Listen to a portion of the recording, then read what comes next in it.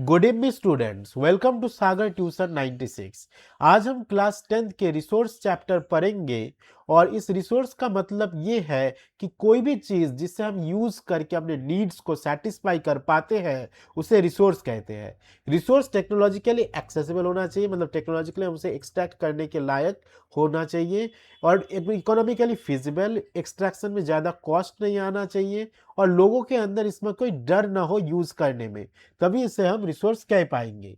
On the basis of origin resource को दो भागों में बांटा गया है, बायोटिक और एबायोटिक।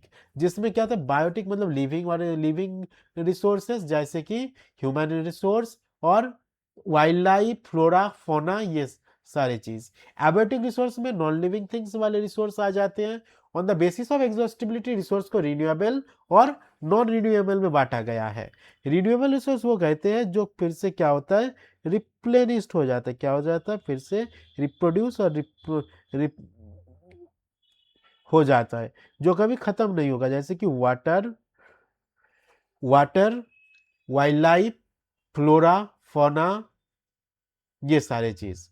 नॉन रिन्यूएबल रिसोर्स वो रिसोर्स होता है जो एक बार यूज करने के बाद अगर खत्म हो जाए तो वो और नहीं मिलेगा, जैसे कि कोल, पेट्रोलियम, एलपीजी, सीएनजी, ये सारे।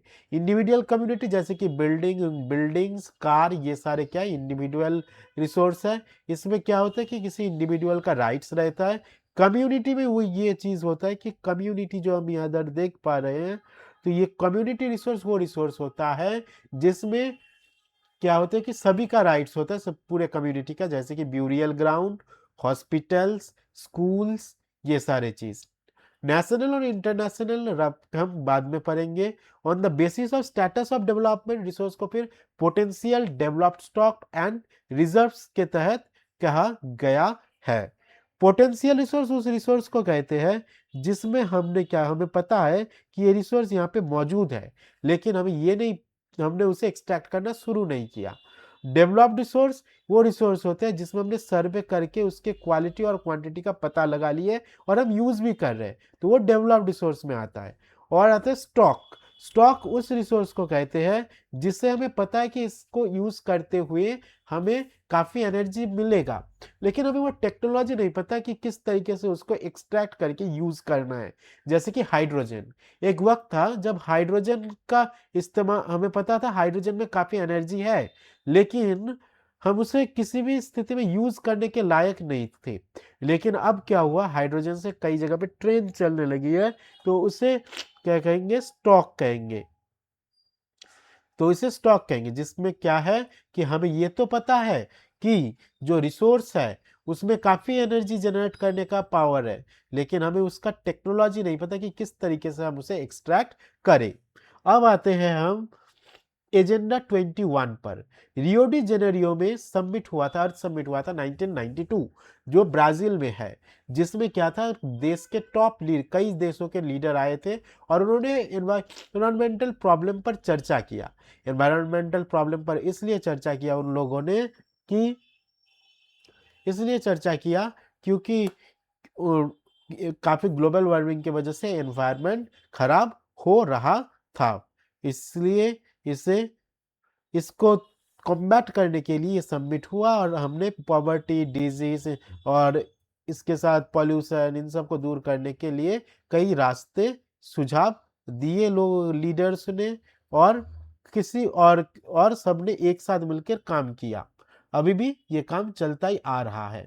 अब आते हैं सस्टेनेबल डेवलपमेंट। सस्टेनेबल डेवलपमेंट वो डेवलपमेंट है जिसमें क्या है कि हम रिसोर्स को इस तरीके से यूज करेंगे कि वो हमारे लिए भी मौजूद रहे और फ्यूचर जनरेशन के लिए भी मौजूद रहे। अब हम सॉइल के बारे में पढ़ेंगे। टॉप मोस्ट सॉइल भी एक रिसोर्स है। अब सॉइल कितने प्रकार के होते हैं, alluvial soil, black soil, laterite soil, arid soil, ये सारे चीज। अब क्या है, इनके बारे में पढ़ते हैं। एलुवियल सॉइल में राइस, व्हीट और शुगरकैन बहुत अच्छा ग्रोथ करता है और ये इंडो गंगा ब्रह्मपुत्र प्लेन जैसे जगह पे मिलते हैं। कहाँ पे मिलते हैं, इंडो गंगा